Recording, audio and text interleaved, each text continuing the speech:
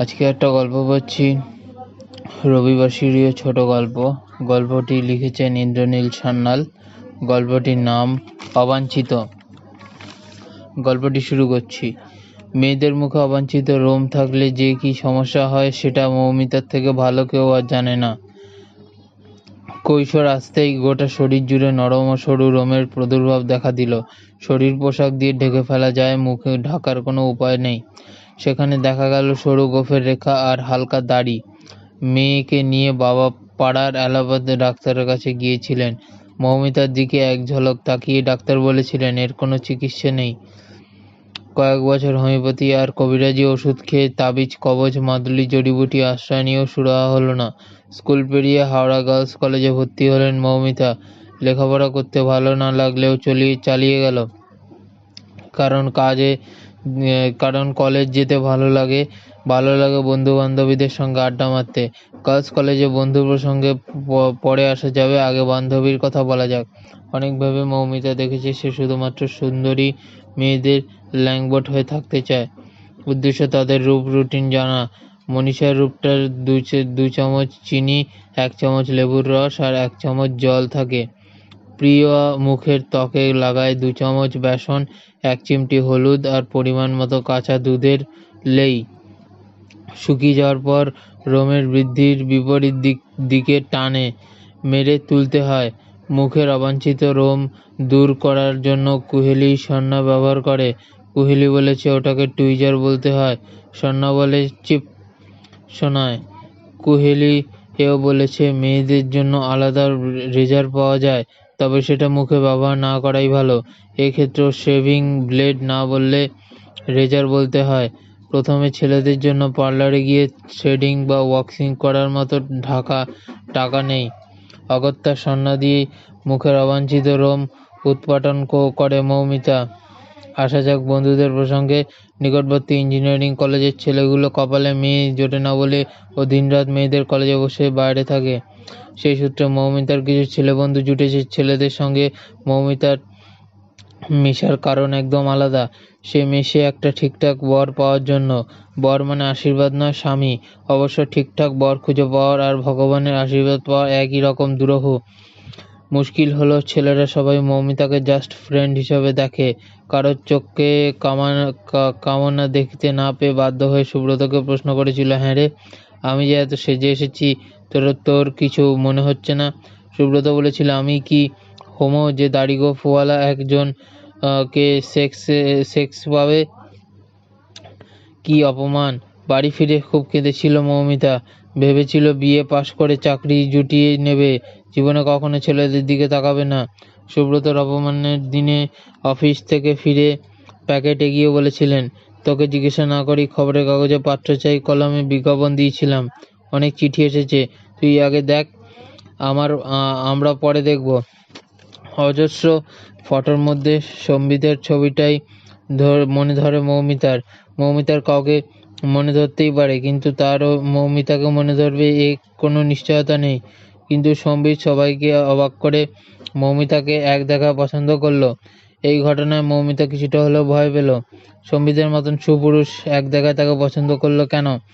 সম্বিত কিরকম সুপুরুষ? সে 5 ফুট 9 ইঞ্চি লম্বা, পেশিবহুল চেহারা, গায়ের রং ফর্সা। ওদের যৌথ পরিবার, বাবা, জ্যাঠা, দাদা ও ভাই মিলিয়ে একাধিক মুদিখানার দোকান, মদের দোকান, রেশন শপ, কেরোসিন আর গ্যাসের ডিলারশিপ আর ট্রান্সপোর্টের কারবার সামলান। সম্বিত বিকম পাস করে একটা পেট্রোল পাম্পের মালিক। বিয়ের আগে নানা সূত্রে খবর নিয়ে সম্বিত সম্পর্কে কোনো খুঁত বার করা যায়নি। মৌমিতা 2টি আশঙ্কার কথা ভেবেছে। 1, সম্বিতের গোপন প্রেমিকা আছে। 2, সম্বিত যৌন অক্ষম। বিয়েটা হয়ে গেল। সম্বিতের বাবা মা 1 পয়সা পণ দেননি, শুধু বলেছিলেন নমস্কারী শাড়িগুলো ভালো কোয়ালিটির দেবেন, আত্মীয় স্বজন যে বদনাম না করে, আর বরযাত্রীর আপ্যায়নে যেন ত্রুটি না থাকে। মৌমিতার বাবা হাত খুলে খরচ করেছিলেন। মেয়ের সুখের জন্য একটুকু করাই যায়। উত্তর কলকাতার একটি পুরনো আমলের বিরাট শ্বশুরবাড়িতে এসে একাধিক গাড়ি, যৌথ পরিবারের একাধিক তরফ এবং যৌথ পরিবারের নিজস্ব রাজনীতি দেখে মৌমিতা কেন্নর মতো গুটিয়েছিল। কিছু বুঝে ওঠার আগেই ফুলশয্যা হয়ে গেল। পরের দিন সকালে মৌমিতার এই ভেবে নিশ্চিন্ত হলো যে তার দুটি আশঙ্কার মধ্যে দ্বিতীয়টি ভুল প্রমাণিত হয়েছে। সম্বিত প্রবল হয়ে যৌন সক্ষম, প্রথম সম্ভাবনা নিয়ে ভাববার সময় এখনো আসেনি। বিয়ের পরের কয়েক বছর হুড়মুড় করে কেটে গেল। বিয়ের বছরের মাথায় মেয়ে হলো। নাম রাখা হলো রাশি। রাশির বয়স যখন 1, আরব জন্মালো। ছেলে আর মেয়েকে নিয়ে নাকানি চোবানি খেতে খেতেই মৌমিতার বাবা মায়ের মৃত্যু হলো। সে বাপের বাড়ি বিক্রি করে দিল। রাশি আর আরব শৈশব পেরোতেই লাগলো। ঠিক এই সময় বিয়ের আগে ভাবা প্রথম আশঙ্কাটি মাথাচাড়া দিল, কারণ সম্বিত রোজ মদ খেয়ে বাড়ি ফিরত। মৌমিতার এই নিয়ে কিছু না বললেও বাড়ির অন্যরা আপত্তি করলেন।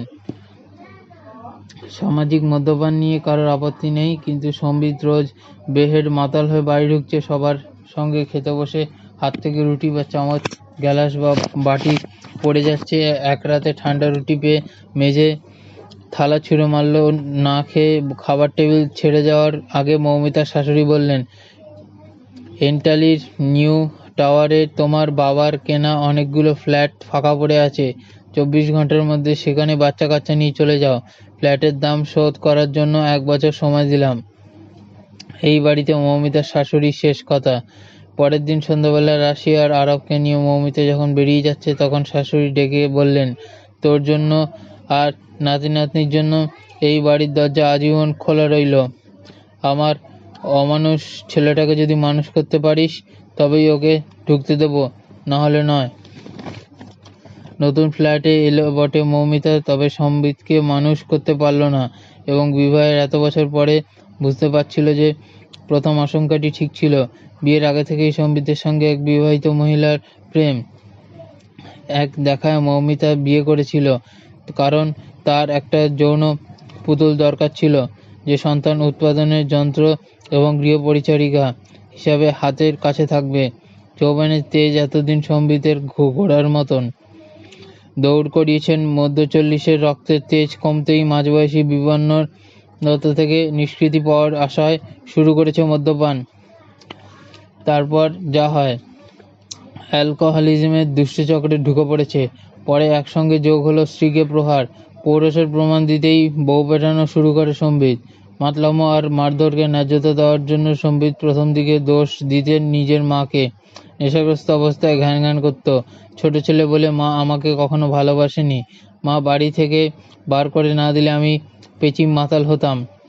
এই সব প্রলাপ। কিছুদিনের পর অভিযোগের তীর ঘুরল মৌমিতার দিকে। তুমি এত কুৎসিত বলেই বিয়ের পর 1 সেকেন্ডের জন্য শান্তি পায়নি। দাড়িগোফওয়ালিকে বিয়ে করে লাইফের চৌপাট হয়ে গেল। কোনো ব্যাটার ছেলের পক্ষে জাম্বুমানের সঙ্গে ঘর করা সম্ভব নয়। ঘুরে ফিরে একই কথাগুলো রোজ রাতে বলতো। পরে যোগ হয় পিটুনি। প্রতি রাতে পারিবারিক অশান্তি দেখার ফলে রাশি এবং আরবের মন গভীর ক্ষতের সৃষ্টি হয়। কলেজ পড়ার রাশি মানসিকতা অসম্ভব জটিল, আর সম্বিত কে পাত্তাই দেয় না, তবে দুজনেই মায়ের খেয়াল রাখে। মৌমিতা রোজ ভোরবেলায় ঘুম থেকে উঠে রান্না সেরে ফেলে। 2 ছেলেমেয়ের প্রাতরাশ সারে, টিফিন ক্যারিয়ারে দুপুরে খাবার ভরে কলেজে যায়। সম্বিত ঘুম থেকে ওঠে 10টা নাগাদ। গত রাতের খোয়ারি কাটানোর জন্য নুন, চিনির শরবত এবং 3 কাপ ব্ল্যাক কফির পরিবর্তে 2 ঘন্টা ধরে খায়। প্রাতরাশ সেরে টিফিন ক্যারিয়ারে লাঞ্চ ভরে ফ্ল্যাট থেকে বেরোয় বেলা 1টা নাগাদ। এবার মৌমিতা ফাঁকা ফ্ল্যাটে তাকে গিলে খেতে আসে। শুরু হয় প্যানিক অ্যাটাক। আজ রাতে বাড়ি ফিরে সম্বিত আর তার গলা টিপে ধরবে না তো? খিলের বাড়ি মারবে না তো যদি খুন করে? মৌমিতার মানসিক অবস্থা দেখে তাকে লাইফগার্ড নার্সিংহোমের মানসিক চিকিৎসকের কাছে নিয়ে গিয়েছিল রাশি। বিষণ্ণতা আর উৎকণ্ঠার ওষুধ রোজ খেয়ে মৌমিতার রিফ্লেক্স মন্থর হয়ে গেছে। হাঁটাচলা ও কথাবার্তা যন্ত্রমানবীর মতো। পাশাপাশি মুখে অবাঞ্ছিত রোমের সংখ্যা বাড়ছে। সারাদিন সে আয়নার দিকে তাকিয়ে বসে থাকে। রাশি একদিন মাকে জানালো সম্বিতের সঙ্গে যে মহিলার শারীরিক সম্পর্ক আছে তার নাম রুবি। রুবি আর সম্বিতের সম্পর্কের কথা রুবির স্বামী জানে। কথাগুলো শুনে মৌমিতা কোনো হেলদোল হলো না। সে তখন আয়নার সামনে দাঁড়িয়ে সন্না দিয়ে নাকের পাটার ও রোম তুলতে ব্যস্ত। আপন মনে বলল, আমাকে একটা হেয়ার রিমুভিং ক্রিম কিনে দিবি? রাত 11টা নাগাদ বেহেড মাতাল হয়ে বাড়ি ঢোকে সম্বিত। সোফায় আধশোয়া হয়ে প্যান্ট শার্ট আর মোজা খুলে এদিক সেদিক ছোড়ে। সঙ্গে চলে মৌমিতাকে গালাগালি। রোমশ বউয়ের কারণে তড়াক করে সোফা থেকে উঠে মৌমিতার চুলের মুঠি ধরে বনবন করে ঘোরায়, টেবিলে মাথা ঠুকে দেয়, লাথি মারে, মেঝেতে ফেলে দেয়। এই সময় ছেলেমেয়েকে ঘর থেকে বেরোতে বারণ করেছে মৌমিতা, কারণ এই সময়টা শুধুমাত্র অন্তর্বাস পড়ে থাকে সম্বিত। মিনিট 10 তাণ্ডব চলার পরে 12-14 ঘন্টার জন্য ফ্ল্যাটে শান্তি নেমে আসে। এইভাবেই কাটছিল বছর এবং দশক। এত সমস্যার মধ্যেও মৌমিতা অবাঞ্ছিত রোমরাজির কথা বলেনি। কম বয়সী বন্ধুদের কাছ থেকে জেনে নিত রোম তোলার রূপটানে গোপন ফর্মুলা। এখন খবরের কাগজ, মেয়ের পত্রিকা, সার্চ ইঞ্জিন, সব জায়গায় তথ্য মজুদ। বক্সিং, থ্রেডিং, সুগারিং, এপিস্যালিটেরেস আর ক্রিম তো আছেই। নতুন সব টেকনিকও বেরিয়েছে। নিউজ পোর্টাল দেখে জেনেছে যে লাইফগার্ড নার্সিং হোম ত্বক বিশেষজ্ঞ ডক্টর মুন্সি অবাঞ্ছিত রোম তোলার বিষয় কলকাতায় সেরা। এক সন্ধ্যায় রাশি সেখানে যাওয়ার পরিকল্পনা করছে মৌমিতা। এক সন্ধ্যায় রাশিকে নিয়ে সেখানে যাওয়ার পরিকল্পনা করছে মৌমিতা। এমন সময় বাড়ি ফিরল সম্বিত। সে আজ মদ খায়নি। সে আজ প্রবল ঘামছে। মুখ ফ্যাটফ্যাটে সাদা, হাত পা ঠান্ডা। সোফায় বসার সময় আপন মনে বলল, কেমন যেন লাগছে। তারপর জ্ঞান হারালো। রাশি লাফিয়ে সোফা থেকে উঠে লাইফগার্ড নার্সিংহোমে ফোন করতে যাচ্ছে, আর তার হাত ধরে শান্ত গলায় মৌমিতা বলল, একটু অপেক্ষা করে দেখ, ঠিক হয়ে যাবে। রাশি বিস্মিত হয়ে মায়ের দিকে তাকালো। সম্বিত অজ্ঞান হওয়ার 1.5 ঘন্টার পর খবর দেওয়া হলো নার্সিংহোমে। ওরা অ্যাম্বুলেন্স পাঠালো। সেখানে পৌঁছানোর পর নানা পরীক্ষা করে জানা গেল যে সম্বিতের মস্তিষ্কে অনেকটা রক্তক্ষরণ হয়েছে। মৃত্যু এখন সময়ের অপেক্ষা। মৌমিতা নার্সিংহোমে যায়নি। ফ্ল্যাটে বসেই সে ফোনে শাশুড়িকে খবর দিল। ঘণ্টাখানেকের মধ্যে নার্সিংহোমের লোকারণ্য। ভর্তি হওয়ার 1.5 দিনের মাথায় মারা গেল সম্বিত। খবর পেয়ে শাশুড়ি বললেন, অমানুষ ছেলেটাকে বাড়িতে ঢুকতে দিইনি, তাই আজ ডেড বডি নিয়ে বাড়ি ঢুকবে। তার আগে আমার মরণ হলো না কেন? তারপর যে ভাবে অশ্রুবর্ষণ করলো তা চোখে দেখা যায় না। শ্বশুরবাড়ি বা শ্মশান, মৌমিতা কোথাও যায়নি। সে নিজেকে ফ্ল্যাট বন্দি করেছে। সম্বিতের মোবাইলে ফোন দিয়েছে আরবকে। রাশি একই আত্মীয় স্বজনের আপ্যায়ন করেছে। তারা আসছেন, নীরবে বসে থাকছেন, চা খাচ্ছেন, চলে যাচ্ছেন। 3 দিনের মধ্যে লোকের আসা বন্ধ হলো। ফ্ল্যাট এখন শান্ত। মৌমিতাও সারাদিন ঘুমোচ্ছে আর খাচ্ছে। একদিন শাশুড়ি ফোনে জানালেন, হ্যাঁ রে, শ্রাদ্ধ আর মৎস্যমুখী যদি এই বাড়িতে করি তোর আপত্তি আছে? তোরা ওই ছোট জায়গায় সামলাতে পারবি না। মৌমিতা জানালো তার কোনো আপত্তি নেই। এও জানালো সে শ্রাদ্ধ অনুষ্ঠানে যাবে না, তবে নিয়ম ভঙ্গে যাবে। শাশুড়ি কিছুই বললেন না। সম্বিতের মৃত্যুর 10 দিনের মাথায় মেয়েকে নিয়ে আবার লাইফগার্ড নার্সিংহোমে গেলেন মৌমিতা। ত্বক বিশেষজ্ঞ ডাক্তার মুলি রোগিণীকে পরীক্ষা করে বললেন, এই সমস্যা কবে থেকে? মৌমিতা বললেন, ছোটবেলা থেকেই সমস্যা। তখন কোনো চিকিৎসা ছিল না। আজকাল তো অনেক কিছুই বেরিয়েছে। মুন্সি বললেন, ঠিকই জানেন।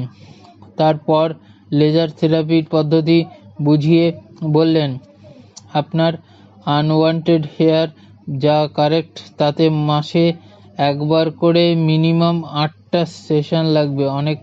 অনেকের ক্ষেত্রে লেজার থেরাপির পরে মুখ লালচে দাগ হয়, তবে সে দাগ দিনের 2-1 মধ্যে মিলিয়ে যায়। রাশিকে মৌমিতা বললেন, তোদের বাবার শ্রাদ্ধ কাল, আমি আজই প্রথম সেশনটা সেরে ফেলি। রাশির অবাক হয়ে বললেন, আজই কেন?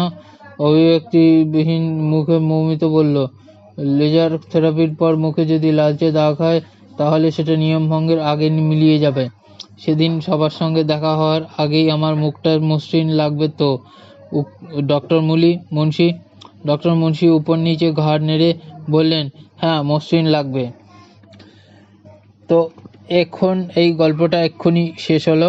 আপনারা এতক্ষণ শুনছিলেন অবাঞ্ছিত। গল্পটি লিখেছেন ইন্দ্রনীল সেন। গল্পটি যদি আপনাদের ভালো লাগে, ভিডিওতে একটা লাইক দেবেন এবং চ্যানেলটা সাবস্ক্রাইব করবেন। আপনাদের সবাইকে আমার তরফ থেকে নমস্কার।